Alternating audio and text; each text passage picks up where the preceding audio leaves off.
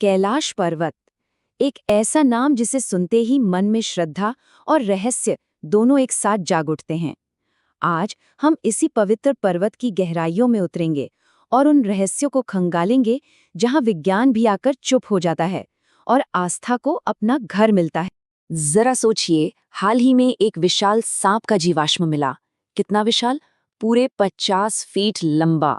ये एक बहुत बड़ी खोज है, लेकिन ये सिर्फ एक वैज्ञानिक जीत नहीं है, बल्कि ये हमें सीधे कैलाश पर्वत से जुड़ी एक पौराणिक कथा की ओर ले जाती है। और जानते हैं इसका नाम क्या रखा गया? वासुकी इंडिकस। ये नाम रखा गया है पौराणिक नागराज वासुकी के सम्मान में। और कथाओं के अनुसार वासुकी कहाँ रहते हैं? जी हाँ, भगवान शिव के गले का हार बनकर। तो अब ये बात सोचने पर मजबूर करती है कि अगर सर्प इतना विशाल है तो वो देवता कितने विराट होंगे जिनके गले में वो विराजते हैं। और इतने विराट स्वरूप के लिए उनका निवास भी तो उतना ही भव्य होना चाहिए, है ना? और बस वही निवास है कैलाश पर्वत। लेकिन रुकिए, ये पर्वत सिर्फ किसी देवता का घर नहीं है, ये उससे कहीं बढ़कर है। इसे तो ब्रह्मांड की धुरी यानी एक्सिस ऑफ द यूनिवर्स माना जाता है। मतलब ये वो कील है, वो धुरी है जो हमारी पृथ्वी को अपनी ऑर्बिट में, अपनी कक्षा में स्थिर रखती है। एक तरह से कह सकते हैं कि ये वो स्तंभ है जो हमारे ग्रह को पूरे सौर मंडल में संतुलित रखता है। और कैलाश की ये पवित्रता सिर्फ एक धर्म तक सीमित नहीं है। हिंदू धर्म तो है ही, लेकिन बौद्ध, जैन और तिब्बती मान्यताओं में भी इसे उतना ही ऊंचा दर्जा दिया गया है। ये दिखाता है कि इसका आध्यात्मिक आकर्षण कितना सार्वभौमिक है। तो चलिए अब हम उन अनसुलझे रहस्यों की दुनिया में कदम रखते हैं जहां विज्ञान भी आकर चुप हो जाता है। कैलाश के आसपास का इलाका ऐसी अजीब घटनाओं का केंद्र है जो हर तरह की लॉजिक को चुनौती देती हैं। मिसाल के तौर पर वहां पास दो झीलें हैं। एक तरफ है पवित्र मानसरोवर झील, मीठे पानी की, एकदम शांत। इसके किनारे हरे भरे हैं। और ठीक इसके बगल में है राक्षस ताल, खारे पानी की, और जिसमें हमेशा उथल पुथल मची रहती है। इसके किनारे बिल्कुल बंजर हैं। अब सोचिए, एक ही ऊंचाई, एक ही जैसा मौसम, फिर भी इतना बड़ा अंतर। ये आज भी वैज्ञानिकों के लिए एक पहेली है। और एक और हैरान करने वाली बात है, जो लोग वहां जाते हैं वो बताते हैं कि कैलाश के पास उनके बाल और नाखून बाकी जगहों के मुकाबले कहीं ज्यादा तेजी से बढ़ते हैं। क्या ये इस बात का सबूत है कि यहाँ समय की गति ही अलग है, कि यहाँ जिंदगी एक अलग ही रफ्तार से आगे बढ़ती है? और अब बात करते हैं इसकी लोकेशन की, जो अपने आप में एक चमत्कार है। कैलाश पर्वत से उत्तरी ध्रुव यानी नॉर्थ पोल तक की दूरी जानते हैं कितनी है? ठीक 6,666 किलोमीटर।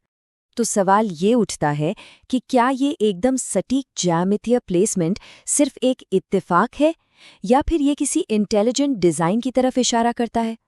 कुछ थ्योरीज तो यहाँ तक कहती हैं कि कैलाश असल में कोई पर्वत है ही नहीं, बल्कि बर्फ से ढका एक विशालकाय मानव निर्मित पिरामिड है। और यही हमें एक और बड़े विरोधाभास पर ले आता है। देखिए, दुनिया की सबसे ऊंची चोटी माउंट एवरेस्ट, जिसकी ऊंचाई 29,035 फीट है, उस पर हजारों लोग चढ़ चुके हैं। लेकिन कैलाश पर्वत, जो उससे काफी छोटा है, सिर्फ 21,778 फीट, उस पर आज तक कोई नहीं चढ़ पाया है। वो आज भी अजेय हैं। असल में पूरे इतिहास में सिर्फ और सिर्फ एक इंसान के बारे में कहा जाता है कि वो इसके शिखर तक पहुंच पाया था, बस एक। और वो थे तिब्बती संत मिलारेपा। तिब्बती ग्रंथों के मुताबिक करीब 900 साल पहले उन्होंने ये असंभव सा लगने वाला काम कर दिखाया था। तो इन भौतिक रहस्यों से आगे बढ़कर अब बात करते हैं इस पर्वत की आध्यात्मिक शक्ति की। वो शक्ति जो दुनिया भर से श्रद्धालुओं को अपनी ओर खींच लाती है।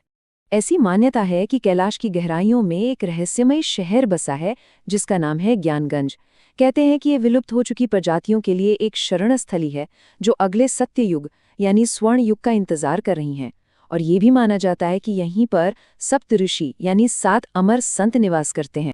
यहाँ की सबसे पवित्र तीर्थ यात्रा है पर्वत के चारों ओर 52 किलोमीटर की परिक्रमा। और इसका फल क्या है? मान्यता है कि सिर्फ एक पूरी परिक्रमा करने से 108 जन्मों के पाप धुल जाते हैं। यानी हर एक कदम मुक्ति की ओर एक कदम है। चलिए अब आखिर में हम शिव के उन शाश्वत निवासों की बात करते हैं, वो स्थान जो समय और विनाश के चक्र से भी परे माने जाते हैं। तो जहाँ कैलाश भगवान शिव का मुख्य निवास है, वहीं उनका दूसरा सबसे प्रिय स्थान है प्राचीन शहर काशी, जिसे हम वाराणसी के नाम से जानते हैं। ये दोनों ही स्थान शिव की मौजूदगी से गहराई से जुड़े हुए हैं। एक बहुत गहरी मान्यता है कि जब युग के अंत में महाप्रलय आएगा तो सब कुछ नष्ट हो जाएगा, सब कुछ। लेकिन दो स्थान ऐसे होंगे जिन्हें कोई आंच नहीं आएगी, कैलाश और काशी। ऐसा माना जाता है कि ये विनाश से परे हैं, क्योंकि ये स्वयं विनाश के देवता को सबसे प्रिय हैं। और यहीं पर हम एक आखिरी सवाल के साथ रुकते हैं। क्या ये पवित्र स्थान नक्शे पर मौजूद सिर्फ कुछ जगहें हैं, या फिर ये खुद वास्तविकता के वो स्तंभ हैं जो इस पूरे ब्रह्मांड को थामे हुए हैं?